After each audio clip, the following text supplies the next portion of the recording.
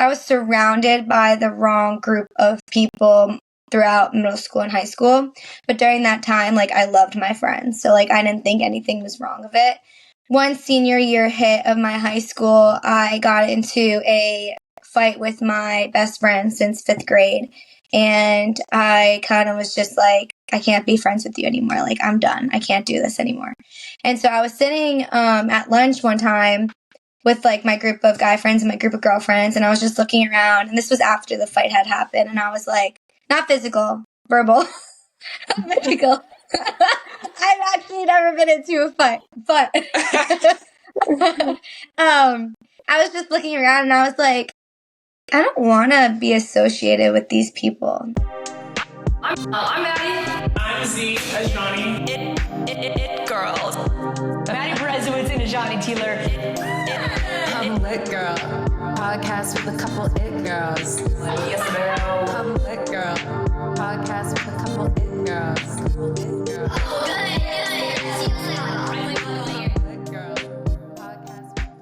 Hi guys, welcome back to It Girls. We are super excited because we actually got our first sponsor, and it's called Manscaped. It's a brand that obviously I had never heard of before the last few weeks, and then we got a care package from them, and I gave it to my boyfriend, and he's acting like it's the best thing since sliced bread. Like I said, I really do not use the products myself, but they're really known for their razor, and it's apparently really does the job, as my boyfriend said. But in the care package, it was really awesome because it also came with a nose razor and some other products for their areas that Z and I don't really understand. But it is just really cool that we are now sponsored by Manscaped. If you would like to go use our code to pick up yourself or your loved one, Christmas is coming up, so it might be a good time to get. So if you would like to get your loved one their own Manscaped razor, you can use the code ITGirls20 for 20% off and free shipping at checkout. We are super excited to be partnering with Manscaped. It's a really impressive brand. Their marketing is kind of top notch, and so my boyfriend loves his razor, and I'm sure your boyfriend, brother, cousin, dad, grandpa, kind of weird, any man in your life will love their own Manscaped razor as well. So again, use the code ITGirls20 for 20% off and free shipping. And with that, we'll get back to the episode. What's up, everybody, and welcome back to another episode of the It Girls podcast, where we're telling the stories of winning women. And I'm so excited for you guys to meet today's guest, because for as long as me and Maddie have done this show, and I'm still at Kentucky and Maddie played Kentucky, we've never had a current Kentucky athlete. And so today we have my good friend and my sister, UK gymnastics athlete, Isabella Magnelli. What's up, girl? What up, girl? Thank you guys for having me. Oh my gosh, Bella, we, Z and I we kind of already told you this, but Z and I were trying to think of, first of all, we wanted to get another gymnastics athlete on here, and so we're kind of thinking about who we could have, but like she said, we'd never had a current Kentucky athlete, and all of a sudden she was like, Bella Magnelli, and we were both like, oh my gosh, yes, that would be so good. You just have so many things outside of gymnastics, and like, as we've said a million times, that's the kind of people that we like to interview. So without further ado, Bella, give us your best elevator pitch. Like, if you met a stranger on the side of the street in Manhattan, what would you tell them about yourself? Okay. Well, I'm Isabella Magnelli. I am hold on. Okay.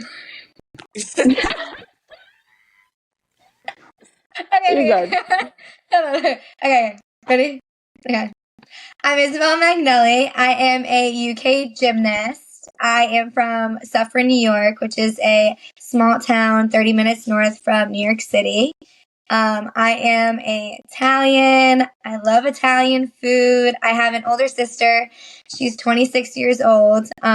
She played at BU for lacrosse, which is pretty awesome. Yeah. And fun fact, I actually did lacrosse up until I was in middle school. And I've been doing gymnastics since I was 4 years old. And I love fashion, makeup, everything beauty is like my go-to. And yeah, my faith is a really big part of who I am in my life. So, yeah. And it's, guys, it's so funny. Like, Bella's talking about makeup and fashion, and like, she's like the girliest girl you will ever meet. Like, doesn't leave the house without looking like a 10, like a dime. Like, her NIL deals are like fragrances and perfumes. Like, she has her own Isabella Magnelli like fragrance. Like, she's the girliest girl of all time. But that's like also really funny because I think gymnasts, like, they always look really good. They're really cute and they're all really small, but like they get after it. And so yesterday was a really big day for our UK team. They finished their fitness test, which is like this crazy test called the Smurf. And yesterday I ran into some gymnasts and they were telling me like how they're passing out and everyone was falling off of bikes. And so, Bella, walk us through what the Smurf looks like and how hard that test actually is. Yeah, it's actually a really hard test. But during preseason, we have like 2 sets of conditioning tests, I would say. And so like the first set is like a bunch of exercises. So like a rope climb, leg lifts, handstand walks, Bulgarian squats, a bunch of that stuff. And then we have the Smurf, which is more of a endurance test. And it's a mile on the bike with level of resistance between 5 to 7. Then you do 10 pull-ups, 10 hand release push-ups, and then 10 bodyweight squats. And you do that for 5 rounds. And then you go back on the bike and you bike for another mile with the same level of resistance. And the goal was to get it under 20 minutes. And the whole team did, which is awesome. And last year was our first time actually doing the Smurf, but all we had to do was 5 rounds of 10 pull-ups, 20 push-ups, and then 20 bodyweight squats. So he made it harder this year because he said we did too well last year. So yeah, and it was actually pretty awesome, like seeing like the whole team kind of like pushing, like during the same time as everyone else, which is pretty awesome. And like everyone's struggling doing the same thing, but like, 4 people are going at a time. So then you have the whole rest of the team like cheering for them and like pushing them, like telling them to like keep their head strong. Like it's all a mindset, which is pretty awesome to see like how our whole team reacts like so quickly in the season, which was pretty cool. That's so awesome. Yeah. I think all of us would agree that probably one of the coolest things about Kentucky athletics is what we do in the summer. And like for our audience that doesn't know it, we have almost all of the female student athletes that are on campus in the summer. They come together, we all come together to one weight room and we do like different workouts, right? But like we're all in the same vicinity, from like 6 to 8 a.m. all summer long. And then we hang out on the weekends. Like it's really cool because it just like unites us in a way that, we go through the hard things with all of you guys, which normally you wouldn't do during the rest of the year. And so it's just like a really special thing that we do in the summer. Yeah. But with that being said, like we really get to know the gymnasts specifically. Yeah. And Z, every gymnast we've had on the show or that we've talked to has the craziest stories of like their gym at home. Like, either they didn't go to school because they like school in their gym or like just these whack things that you hear about. So Bella, walk us back to, you grew up like on the border of Jersey and New York, right? Mm-hmm. Yeah. But if I did the calculation right, your gym was like almost an hour away. Was that right? No, it actually wasn't. Okay, it was okay. like, no, it was about, good. no, it's about, yeah, it was only like 15 minutes away. Oh, good. Okay. I like charted it. Maybe there's traffic. I like charted it on Google Maps. And I was like, there's no way that she drove an hour. No. So anyways, walk us through your like childhood gym and how that kind of like shaped you into the athlete you are now, but probably more so the person you are now as well. Yeah. So when I was younger, I actually went to a gym in New York. So how it is in club gymnastics, like all the states are split up into regions. So New York was region 6. And so I went to that gym up until I'm pretty sure I was in 6th grade. And so basically like where you grow up and doing gymnastics, like they teach you the basics, which is like, handstands, how to point your toes when you're doing a skill, how to like like make sure your legs are straight, kind of all the basics that allow you to do like the harder skills and perfect them.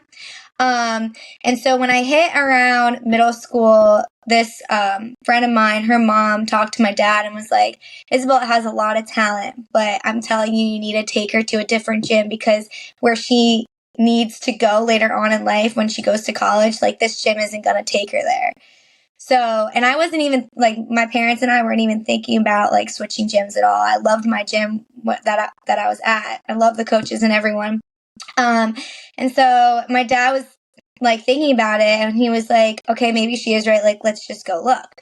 So we came across ENA in New Jersey, Paramus. So it's only like 15 minutes away from my home.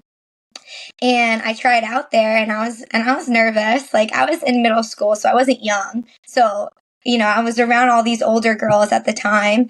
And I went there, and like, I just fell in love with that gym. And I remember that I was supposed to try out at this other gym the next day. And I told my father, I was like, I don't want to. Like, I want to stay here. I like it here. I like the coaches, I like all the teammates. So I stayed there. So that was my gym from, I'm pretty sure it was seventh grade up until I left, senior year. And ENA was that gym where if you grew up there early on, like if I went through my first gym, like I felt like I could have been that much more better than I was leaving. They were really good at like perfecting basics. They had a different coaching style than like the first gym I went to that allowed girls to be elite gymnasts. So they had an elite program at ENA, and my New York gym didn't. So that just shows how much like how different they are coaching wise. So when I went to ENA, my basics got 10 times better. I basically had to like almost kind of relearn them, like especially on bars, because bars has been like my weakest event my whole life. But I could tell like once I made that transition from my New York gym to my Jersey gym, like my gymnastics got better within like months of being there. And so with club gymnastics, many girls do 2 years of level 9. Just because it's so hard to make it to level 10 and then like actually excel there. And so I did 1 year level 9 at my New York gym. So I was going to Jersey gym thinking I was going to do another year level 9. I ended up getting there, and the head coach was like, I want you in group 1, which was all the level 10s. And I was like, okay. And how my school schedule worked, I was always going to be late. So when I would go there, I wouldn't rush, and I would go in there and I'd be with the group 2, which was level 9. And then he would come up to me during practice and be like, why aren't you with us today? I told you you had to be with group 1. And I was a little intimidated by him at first. And so I was like, okay, I'm sorry. So ever since then, I started being with group 1, and then I ended up only doing 1 year level 9. I ended up competing level 10 in 7th grade for the first time. So that was pretty cool. But yeah, no, ENA like shaped me into such a better gymnast than I ever was. And they definitely prepared me to compete at a high level in college. And that I'm very grateful for, because I know many, like you said, like many girls have like these crazy club experiences, or they don't get along with their club coach and everything. But I still have such a strong relationship with my club coaches, which is so awesome. And yeah, no, I would not be at Kentucky if it wasn't for them. So I'm very grateful. Yeah. That's so special. That's such a cool story. That's awesome. And Bella, you like mentioned like the coaching style being different at the New York club versus ENA. Mm-hmm. And it's really like hard for me to comprehend like coaching in gymnastics. I don't know why it's like interesting to think about like what a coach coaches in gymnastics, but I do know that your whole team and your head coach here, Tim Garrison, you guys love him and have a really special relationship. So talk about that a little bit, and his wife also being on staff and what that looks like. Yeah. So I knew like coming to Kentucky how they were married, and I thought that was so awesome because not many people can work with their spouse. And the fact that they created such a high level college team and their marriage just showed that like how much dedication they have to the sport, but also like within their relationship with each other, which I thought was pretty awesome. They honestly are a big reason why I'm here. I would say when I reached out to Kentucky, I reached out to a bunch of colleges, and they were the only school that got back to my club coach at the time. And I wasn't even going to email them at first, but my dad made me. And so like they got back to my club coach like literally the day after, which just shows how much like they care about recruiting. And Rachel, Tim's wife, the assistant head coach, she came in and she watched one of my practices and then got on the phone with her that day and we were just talking. And then Tim Garrison flew out to my first meet of my freshman year season, and like he told me he just watched the type of like teammate I was. So he knew my gymnastics, he knew I competed, how I competed and everything, but something that he told me, he was like, I just kept my eye on you throughout this whole time to see like how you interacted with your teammates, how you cheered, like how you stayed positive if something bad happened and stuff like that, which I find really cool because I feel like many college coaches care too much about the gymnastics and who the like what kind of gymnastics the gymnast does rather than the type of person they are and like what they could bring to the team overall. So that's something that they always look for in recruits, which I found that was very special and was very meaningful to me. But they make our team feel like such a big family. Like even our assistant coach, Chad, like all three of them, they always hang out. And like even with our new trainer and stuff, like everyone's such a close family that when you like just step up on this campus, like you automatically feel welcomed and wanted, which is so cool. But you know, their coaching style is amazing. I've never had the feeling of like not wanting to go to practice since I've been here, which is so hard to say, especially being like just a college athlete in general. Like I never was like, oh, I don't feel like going to practice today. Of course, I'm tired here and there, but like the second I'm around those people and my coaches, like I just feel so happy and loved, which is awesome. Yeah. That is seriously so special, Bella. And I think Z and I would both agree, like just being around your teammates, you guys are such a special group. In the way that, I mean, I love going to meets because, well, one, you guys are really good, but two, also, it's just cool to like show how you guys love up on each other. And it's not always like sunshines and rainbows all the time, of course, but I think that your team has always been excelled a lot in that way. But speaking of family, so you have your Kentucky family, but you also have your real family, your biological family. And so, you know, I'm from Wisconsin, and this is so funny, but there's just like not a lot of Italians that live in like small rural Wisconsin. Shocking. Okay. They're smarter than us, like Polish and German people. So, with that being said, like I lived in New York last summer and I met so many Italians, and I was just like fascinated by how you're all like just your culture, your tradition, like how your family structure works. So how has being Italian kind of just like shaped who you are, shaped your traditions, shaped your obviously your food preferences, all of the things? Yeah. I personally, Italian like heritage, I feel like we're all so very close, like cousins, aunts, grandparents. So my whole life, like I've always hung out with my mom's side of the family and my dad's side of the family. And something that's also really cool is that like there'll be times where like my mom and my dad's side will come together and like we'll all hang out, which I feel like not many people can say, which is awesome. But yeah, I don't know. I guess like just growing up, like Italians just love a lot and they love food, but I feel like food also is like very comforting to people. And like my mom, especially, she's the cook in the house, and like her way of showing love, especially to my dad and like us, is just like her cooking, which is awesome because I love food. So she's always cooking in the house.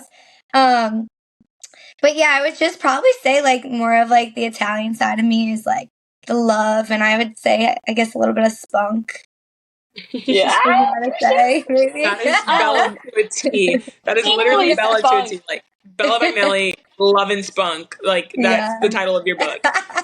Yeah, but I would say, I don't know. I would probably say that's it. I mean, and like where I'm from, it's like a bunch of Italians and Irish. Like that's a big and Mexican, where that's where I'm from. So I think also like having friends that were also Italian, and like just having like, oh, come over, my mom's cooking dinner. Like that's like how we are. Yeah. Like, or like my mom's baking. Like, I have this really good friend back at home, and her mom is such an Italian, and she cooks all the time. And I remember always going over their house, and she would always have like the pastry she's made, or like the Italian food in her house all the time. But I would just say, like, we also like just like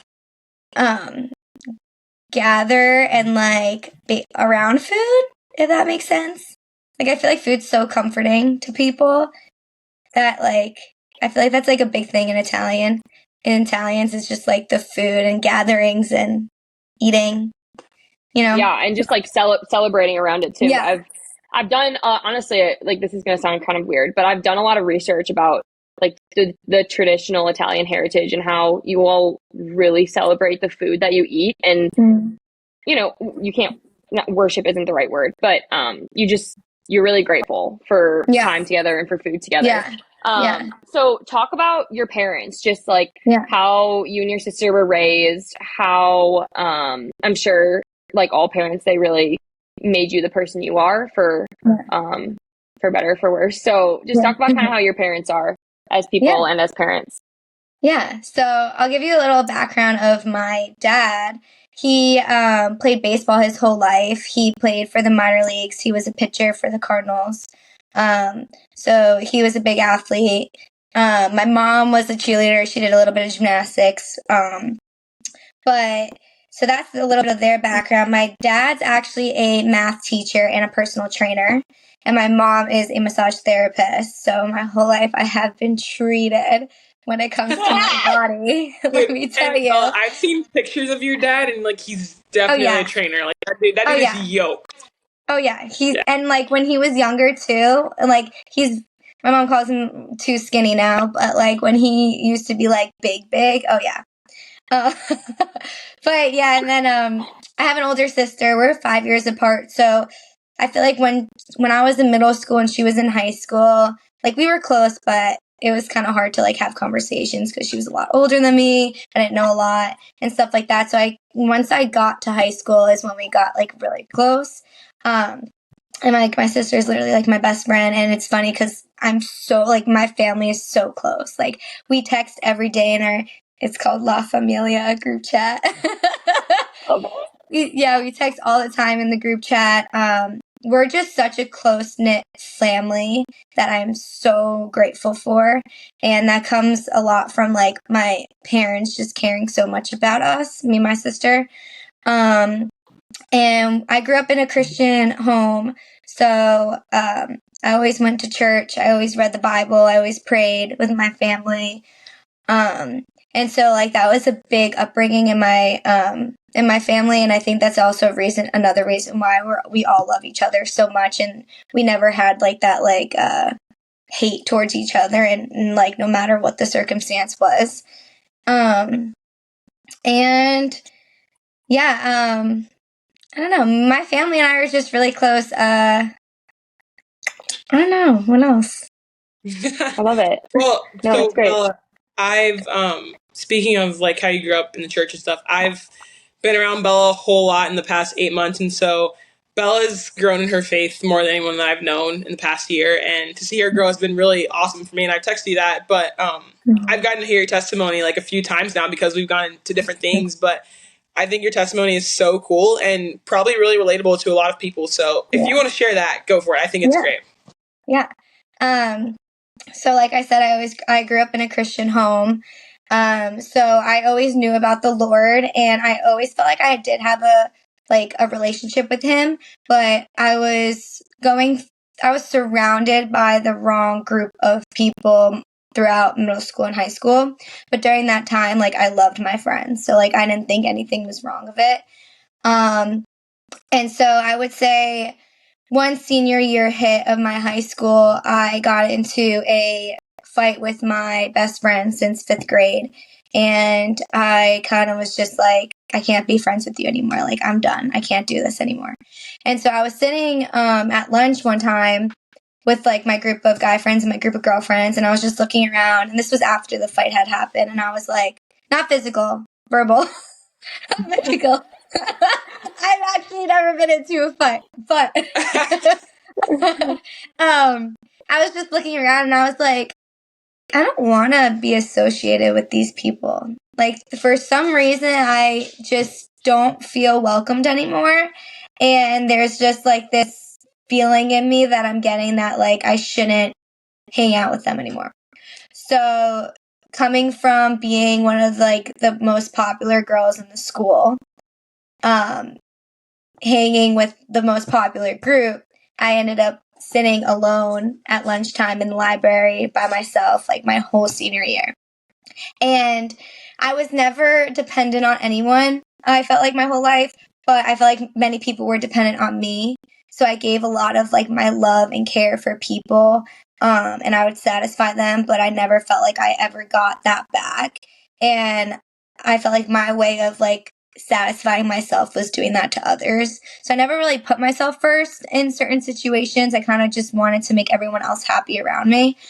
But yeah, so I was like, okay, so what do I do with this time alone? Because like I'm not really in the mood to, because I was kind of friends with everyone, you know, and so I wasn't really in the mood to go and try and find like a group and be like, hey, can I sit with you? I felt like it was kind of like awkward when we were seniors and like this girl's just asking to sit with us like now, like why? Just because she's not hanging out with her friends anymore.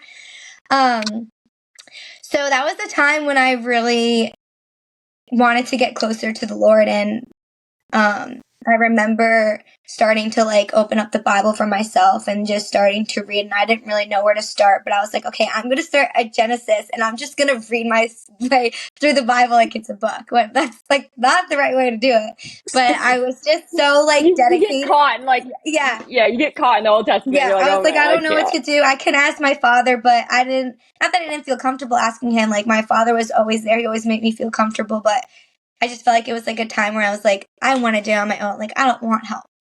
And so that's when I asked the Lord to be my my savior.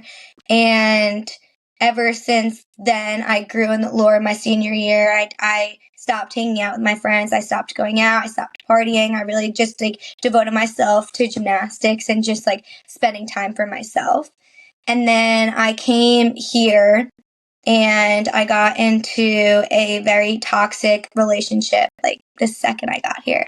So like November my freshman year up until June of my senior year, I was in a relationship that steered me away from my beliefs, steered me away from growing with Christ, and you know, constantly sinning, constant temptations just attacking me. And I was always reading and I was always praying during this time, but I never realized that me doing that, but also still sinning and being tempted and allowing that to happen was not actually walking with Christ and not living a faithful life. And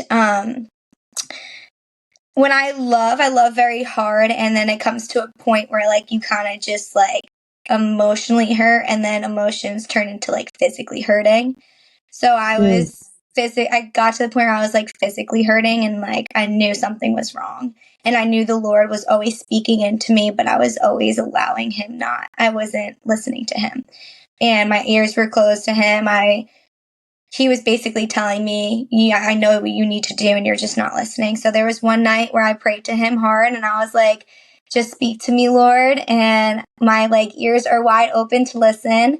And the Lord showed, put what I needed to do right in front of my face. And this was in June. And then ever since that, I devoted myself to Christ.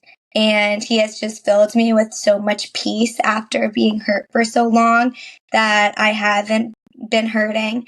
I haven't cried. And when I tell you I was crying, like almost every day for 2.5 years, I really was. And I was hurting. And it's just amazing how like the Lord will put you through trials, and it could be for years. And then the second you hit the hardest point in your life and you hear him and you listen to him, he can just change your whole world around. And that's exactly what he did for me.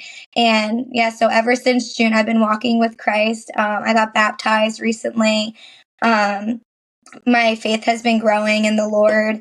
And I think that this was definitely something that I don't regret ever happening to me, which is so awesome. But yeah, no, my faith is just continuing to grow, which is so awesome. And yeah. Wow. Yeah. Wow. Z said that was going to be good, but I had the chills numerous times. Thank you. Yeah, that was Seriously. like my, at this point, Bella, like fourth time hearing that. And still, I same like Maddie, feel the chills. But another like really awesome part about you growing in this part of your life is how big of a heart you have for your teammates. Like Bella is not only taking herself, but taking her teammates with her. Like your whole team comes to your team huddles, and you are such a pioneer in that. And so it's really been awesome to watch that. And I'm so blessed to know you and happy, and I'm so proud. Thank you. And I also feel Before we like, start crying, moving on. I know. No, I have something else to say too, though, on that, Bella. And, you know, well, there's a few things. I guess, like, storytelling, I think, is where we have such power in this life, is to tell our stories, because if we don't tell them, who's going to tell them, right? Yeah. And your story is so relatable to so many people our age. You know, and sometimes it's just like you need to hear someone who had the courage and who just put their faith in Jesus and said, like, Lord, you got me, man. Like, you got me. And that's what you did. And, you know, even if it's just like one girl right now who listens to this and who's like, dang, I can't do this any longer. I can't do this relationship. I can't do this friendship. Like, you did it. You broke the chain. He broke the chains for you. That's so inspiring. And so I just encourage you to just keep telling your story, because it's so freaking cool. Yeah, thank you. I definitely will too. Because I know if I heard the story that I have to tell people, I definitely probably would have taken into consideration a whole lot sooner. But I truly believe like God's timing is always perfect. And I believe like this timing was perfect in that situation. And so I think that also like a lot of times like people like dwell on like sin or like dwell on like disobedience to God, especially like going through this time. And that's not what he wants to do. Like at first I was like saying, I'm so sorry, Jesus, for literally not listening to you like sooner and all this and that. But like, that doesn't matter to him, because he knew what we did in the past. He knew what we are doing right now, and he knows what we're going to do in the future. And the fact that like you can't even take 1 second to like just dwell on what you have done, because that's not what he wants you to do. He wants you to just ask for his forgiveness and then move on and then continue to live with him. So I think that's something that I definitely also learned and realized as well, is like, do not dwell, because dwelling is just going to continue to hurt you more and more. And I know many girls do struggle with that, like always dwelling on their past, because I had a terrible past. And if I can go back and fix what I've done in my life, I totally would. But at the same time, I'm not going to sit here and act like the past is going to define me, you know? All right, guys, I got a hoodie on today, and it's because Fresh Ball Fall is officially upon us, and it's time to get in the spirit. Guys, go out and get your Manscaped kit with using the It Girls code, ItGirls20 for 20% off and free shipping. And guys, get those balls looking nice for fall. It's getting real cold out. You want to stay cozy, but use Manscaped to get yourself right. For all those women or men in your life, and use our code to get 20% off at checkout. So I think that's also like a big thing for like girls to also know, like, stop dwelling on the past, or like stop dwelling on something that you did like 5 minutes ago or yesterday. Like, there is like, God wants you to just continue to live with him and love and, you know, ask for him to forgive you, because he died on the cross for our sins. Like, he knows we're going to sin. I mean, we're all human, you know, we can't be like God. It's impossible. He's perfect. So like, I think just understanding that has gave me so much hope and like faith that like no matter what, like God will always love me. So I think that's really important for like girls to understand. You know, it's not easy to be a girl. So like having and like and I think also like once you find a relationship with Christ, knowing that like your heavenly Father loves you so much more than anyone ever could. Like, you don't need to get fulfilled by someone else's love because you know he loves you so much. And I think that's something that I also like experienced during that time too. Like, he filled me with so much peace, but he filled me with so much love that I was not getting for so long. So I think that's also has helped me so much. Seriously, Yeah. Bella. What I'm curious about too is I think that when I'm speaking for Z too, but when both Z and I had kind of just when we changed our outlook on life and started to look up at him and not out at the world, our view on volleyball changed. How we looked at our sport. We looked at it as like something we did, not who we were. How has your walk in your faith kind of shifted your view of gymnastics too? Oh, like tremendously. It all started last year.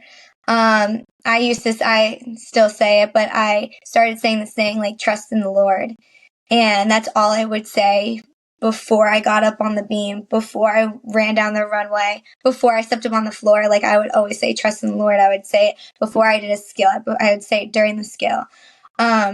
Because he has blessed us with such a talent, and and I think many athletes, when they don't know Christ, like they think it's all of them, and they love like the attention, and they have so much pride, when really like he is the reason why we are excelling, or he is the reason why like your team is winning a championship. And so like when my relationship has grown closer to him, I was able to glorify him in everything I did. And a big thing in that was just allowing him to just like be with me when I competed. And like, I felt his presence through everything. And I trusted in him.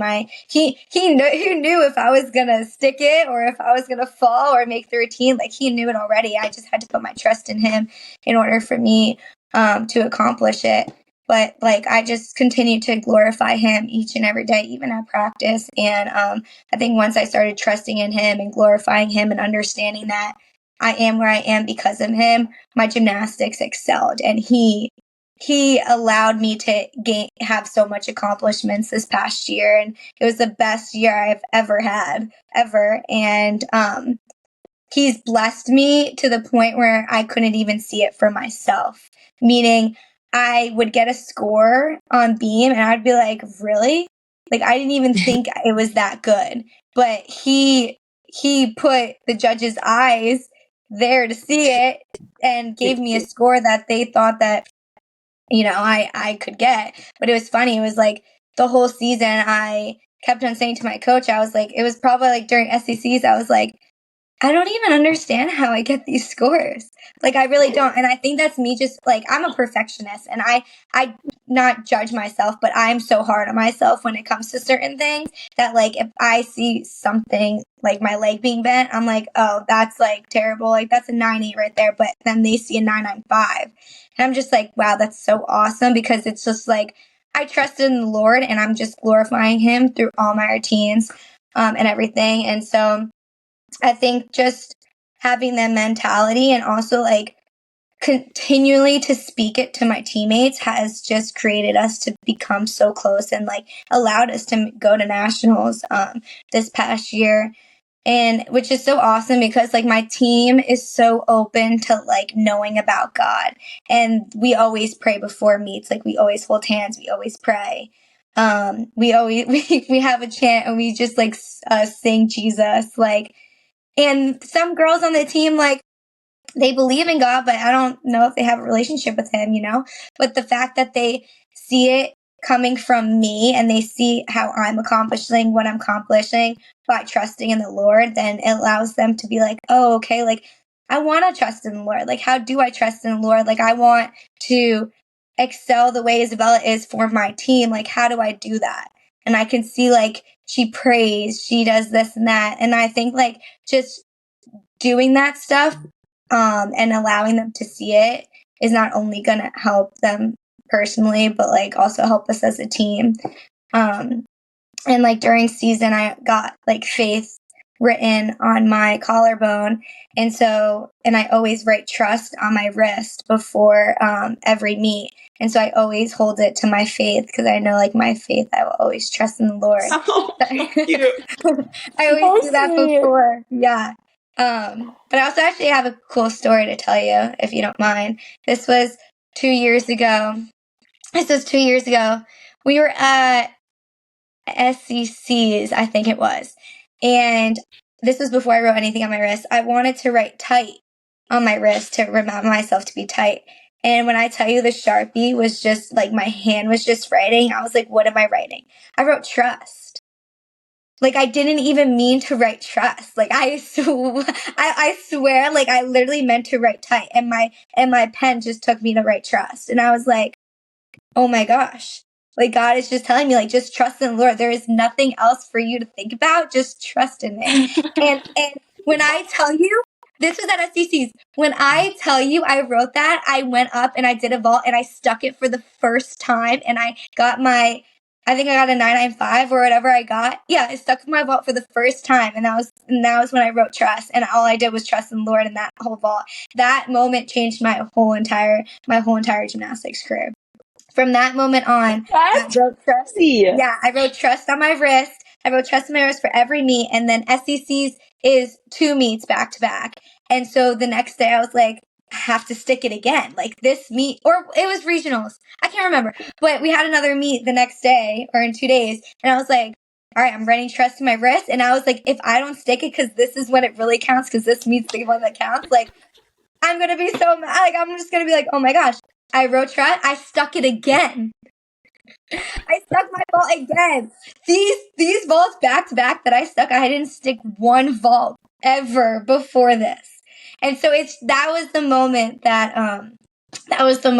my life has changed in my gymnastics career, with glorifying the Lord and, like, trusting in Him. Was that moment right there? Yeah. That's I know cute. you did not shut up about it. You were telling everyone and their mom. I was telling everyone. I told everyone, like, it's so awesome that, like, even during that time, I wasn't the closest with him, but he still was there with me. And I think that's what many people need to understand, that, like, once your ears are open to hearing him and just listening to him, like, he will speak to you and he will do amazing things. Dude, Bella just took y'all to church. Dude, Bella just took us straight up to church. And on that note, where do we go next, Tealer? Dude, I don't even know. And Bella was talking about, like, how well she performed last year. Like, she's kind of, like, not doing herself justice. Like, you averaged, probably a 9.9 on beam. You're a first-team All-American. Your team went to nationals. You, like, finished something on beam at nationals. I don't know. Top 3? Am I making that up? 4. 4? Yeah, like, 4. Bella had an insane season, and so... Yeah. She, like, people actually call her the beam queen. Like, that's how good she is. And so, dude, that was awesome. Thank you. And then the whole time you're looking at this, I'm looking at this on my desk. My word for the week is trust. So, wow, crazy. That's so awesome. Wow. See, Crazy. he works amazing things. I swear, that's so awesome. That's so cool. So, okay, Bella, switching gears, you are a merchandising major, and you're so into fashion and all these things. And tell us a little bit about how you got into fashion and your fashion Instagram page and how you decided to come up with that. Yeah. So I think that my whole life I just enjoyed, like, putting outfits together. And I always felt like I had, like, a very good eye, whether it was clothing, makeup, like someone's hair. Like, I always felt like I kind of excelled within, like, the way I view things, beauty and clothing. And so before I was coming here, I texted my academic advisor and I was like, okay, I want to do something to do with fashion. Like, I don't know if it's design or whatever. And so Kentucky really only has, like, merchandising as a fashion major. I was like, okay, that's awesome. Like, let me go into it. And so basically what it is, it's, like, more of, like, a fashion business major. And it kind of hits all, like, the aspects of it. And I always had, like, the thing on the side that I like to style. And, like, my friends would always come over to me and be like, hey, Bella, like, does this outfit look good? Or, like, can you, like, style me tonight. Like, I don't know what to wear. Can you help me? And I'd be like, yeah. And I would just like go in their closet, literally just like pick out an outfit and just like have fun with it. And so that's when I got into like really like loving fashion and that stuff. But I was like, okay, later on in life, like I want to have my own like styling business. And I was like, okay, so how do I start that now? Because it is not easy to be a stylist and like, or be a celebrity stylist and like get your name out there and like have people trust you and stuff. And so I was like, okay, let me just make like a cool Instagram page and like name it like Fits by Bella. So I took like a bunch of like my outfits that I've worn like throughout the years and like I kind of would just post it and kind of like put like a little theme on it. And then I also like giving people like inspiration with like certain outfits or I'll like get people to like be like, I'll style you for like, like your Keeneland picture that you're going to do. Or like I styled Emma for like her lifestyle shoot. And so I think like having friends know that like I love that and then like having them like trust me into like creating an outfit for them is pretty cool. But I would say like after college, I want to go into buying and be a buyer for like a pretty big company and, talk to vendors, pick out which merchandise should be in the store and everything. But if I'm able to work with a stylist like after college, I would also love to like be their assistant and like work with them on that and, travel and stuff like that. I think that would be pretty cool. Oh my gosh, that is so cool. And Yeah. I feel like the coolest part about style is just that everyone's style it's probably like the easiest way to express yourself. Oh, it's like yeah. it's the truest form of expression, I think. Yeah. Z and I, like when we walk together, it's so funny because we're like I was gonna say black and white. We are black and white, but like we could not have more different. But like we could not have more like polar opposite styles. But I think it's so cool because like we're best friends, but like we open up our closets and you would be like, wait, like they don't even, nothing looks the same. And so I guess like I read that. Well, first of all, are you interning at Dillard's? Is that right? So yeah, I interned there during the summer. Cool, really cool. Yeah. And so do you feel like a specific calling? I read that you eventually want to start your own brand. Do you think that will be like a styling type of company where you run your own thing and you may have like other stylists help you, but like you're the girl? Is that kind of what you're thinking? Yeah, so basically what I'm thinking is just kind of being like the stylist. And well, my ultimate goal is to open up like almost like a department store and kind of have like a one-stop shop for like literally like any consumer. So have like vintage, like luxury, casual clothing, like ranging from like clothes to accessories and kind of having like a one-stop shop for like any consumer. So if they want to go to an event, like they can walk into my department store and like literally just like pick out an outfit and like also having like styling like on the side to like help them out. And when I worked at Dillard's, that's kind of like how it is. They like each person has like their own little pad, they call it. And say, for example, like one employee works with Gianni Binny. So she's like a specialist for that brand. And if like a customer comes in, like they'll ask to help them. And if they want them to style them, like they will. And they'll pick out like an outfit for them, like for whatever event or occasion they're going to. So kind of something like that, but like make it kind of smaller. That's like my ultimate like big time goal. But like really I would just kind of like want to be like a stylist for like, athlete or like a celebrity, but that's like later on in life. But yeah, just kind of like picking out outfits for like, or like say like the NBA players when they're like walking into their game, like their outfit right there is like styled by a stylist. And I think that's something that's going to be hard about this later on in life is that like AI is like excelling to the max, to the point where like stylist is going to be an AI, which kind of like scares me in a way. But at the same time, it's like, I still feel like a personal stylist is still going to be like around for so long. But that's like my dream. Wow. Yeah. Yeah. I was. Wow. Wait, go ahead, Z.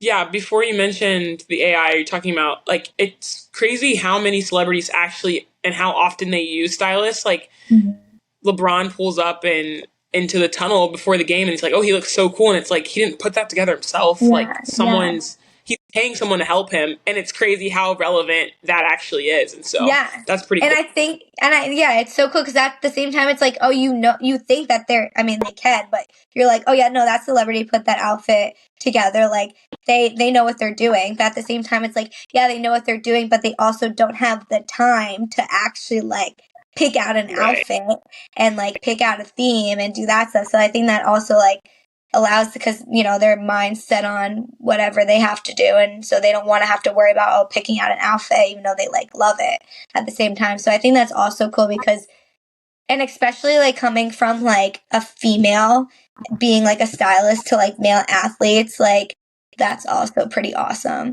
Like how like males trust in like a female's perspective of what they want to wear. I know this one girl, I follow her on TikTok. I can't remember her name, but she's a big NBA stylist, and she like created herself and she made her way up there, which is awesome. It's easy to do now, but it's also hard. You know what I mean? Yeah. It like takes like the perfect amount of like stupid hard work and also like a little bit of luck of just being like right time, right place. Yeah. You don't have celebrity crushes. My one celebrity obsession is Danny Austin, and she's an influencer. And she talks about her stylist all the time. She's a fashion influencer. Like the girl literally promotes fashion, but she's like has so many events that she has. And this is just something I would never think of as just like a regular corporate girl over here. Like she has so many events that she has to like look a certain way for. That she's talked on her podcast about how she needs her stylist. It saves her like hours in a week to just call up her girl, be like, girl, I need you like 5 outfit options because I have 5 events this weekend. That is so cool. And it's like, there's so many people out there that like really do need that help. Yeah, which is awesome. Yeah, no, that's like my dream. And especially if I can get that like right outside of college, like that'd be awesome. Absolutely. Hey, God's crazy, man. You never know when. You might have something even crazier than that. I know. You never know. Tealer, do you have any other questions? Yeah, Bella, you have like a pretty unique view on NIL, and I know you've done some pretty crazy things, and right now you're involved with this orthodontist business here in Lexington. You have billboards up for it, and it's been really cool. So kind of how's NIL changed for you over the last couple of years, and what does it look like for you going forward? Yeah, so I think when it first started, I was so interested in it, and I was reaching out to brands and just asking like to get like free items and to just like to post them. And many brands, like it would be like the small jewelry company or like a swimsuit brand, and they would be like, okay, use my discount code and then you could buy it. And I'm like, well, I'm not benefiting from this. Like I just got the chance to do NIL and I'm still paying money to get a product, but I'm not benefiting whatsoever from it. So starting off, I was doing like a bunch of things with like these little brands that would like reach out to me, whether it was like an Amazon brand, and they would send me the money to like buy their product, and then I would post and then they would pay me for it. So that's like a bunch of the ones that I do, is where like I get the money for whatever it is and I buy a bunch of products and I promote them and then I get money for it. But basically all my NIL deals have been like stuff that I truly like care for and that I like. And I think that's like a big part of how you portray yourself through NIL. And I think many people take NIL as like, oh, I just kind of want money. Like I'm going to promote whatever. But at the same time, it's like, I'm only going to promote something that I'm going to use or that like I really like or like I'm interested in trying. So throughout the years with NIL, it has been like a bunch of like products, whether it was like Urban Outfitters, Lulu's, to like an Italian skincare brand, to a hair product, to like jewelry, or to like creating my own perfume. So like a bunch of deals that like represent like who I am, which is pretty awesome. And then coming off of such a strong year that I had, I was able to create a name for me that was more in the athletic world. And so people liked hearing my message, and I like, always talked about God and stuff. And when the orthodontist DM'd me, I was thinking they liked my smile. They wanted to use me for like a billboard for my smile. Like, had no idea what it actually was for. And I had a meeting with Dr. White, and it was like completely had nothing to do with my smile, nor did it have anything to do with like teeth in general. It actually had to do with glorifying God through this campaign and using athletes that have such a faith-based life and bringing it to these younger kids and understanding like we're not just athletes, like we're so much more than like what all these lies are telling us, which is like, I have a bunch of followers on Instagram, like I'm a football player, I'm a gymnast. Like there's so much more to who we are as a person. And when I found out that this campaign was basically like I got the chance to glorify God and allow these middle schoolers to know that, just took like my perception of like NIL to like a different level. And I was like, okay, wow, I can do so much more than just like show products with like this opportunity. Then I can do so much more than show products with this opportunity, and I can actually do something that like glorifies the Lord and, is a big part of my life. So being with this orthodontist has been like absolutely amazing. Like I've enjoyed every bit of it. And that's like one of the deals that I actually like would consider like very like a big turn in like my life, I would say. Because all the other ones were like a bunch of like little ones, which is great. Like I'm benefiting from it and it's awesome. And I love all the products and I love, the gratitude I'm getting. But at the same time, like doing something that's like this is like feels so much more better. That's awesome. That's so cool. And that video that they did, I saw it all over social media. It was so impressive. Like it was really well done. I was impressed. Thank you. That's awesome. Thank you. Yeah. It was all right, awesome. well, Bella, we have one last question for you. We ask every single one of our guests. And so our question for you, for all of the people listening to this episode, for maybe the one person that's going to listen, I don't know, what is your best piece of advice for that person, for these girls? I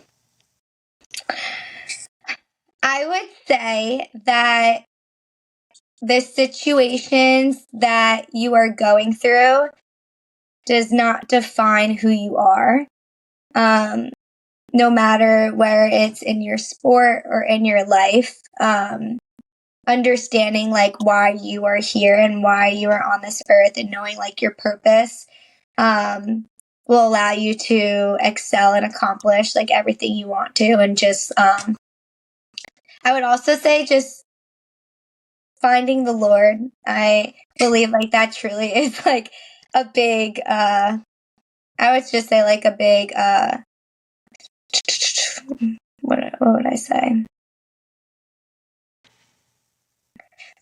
Being able to surround yourself with people that will allow you to push yourself to like your full potential, and like that like a good support system around you is very key to life and like athletics in general. I love it. I don't know if that really was like good. That was great. Yeah, girl, are you kidding me? That was fantastic, and all things were true. And like that question it's honestly sometimes hard, especially when we don't tell our guests that we're about to give it to them, because it's like, oh my God, I've gotten all this good advice. Like, how can I just choose one? So, it's special no matter whatever piece of advice our guests say. We always love it. So, thank you again. This has been seriously the biggest blessing, and it's like, Zena and I were like, oh my gosh, a current Kentucky athlete, like this is our first one. So, I didn't even know that. Hopefully all of our friends listen to it, and all the Kentucky staff, Kentucky staff will listen because they're like our biggest fans. That's so awesome. Anything else, girl? No, Bella, this has been great. Thank you so much for doing this. I bet if I open my window right now, I could probably see your house. Like, that's how close me, Bella. When I asked Bella to be on here, she was like, Bella was like, oh my gosh, are we going to do it live? Like, can we do it like live? And I was like, well, Maddie's not here, but like maybe we could be on the same computer doing it. I don't know.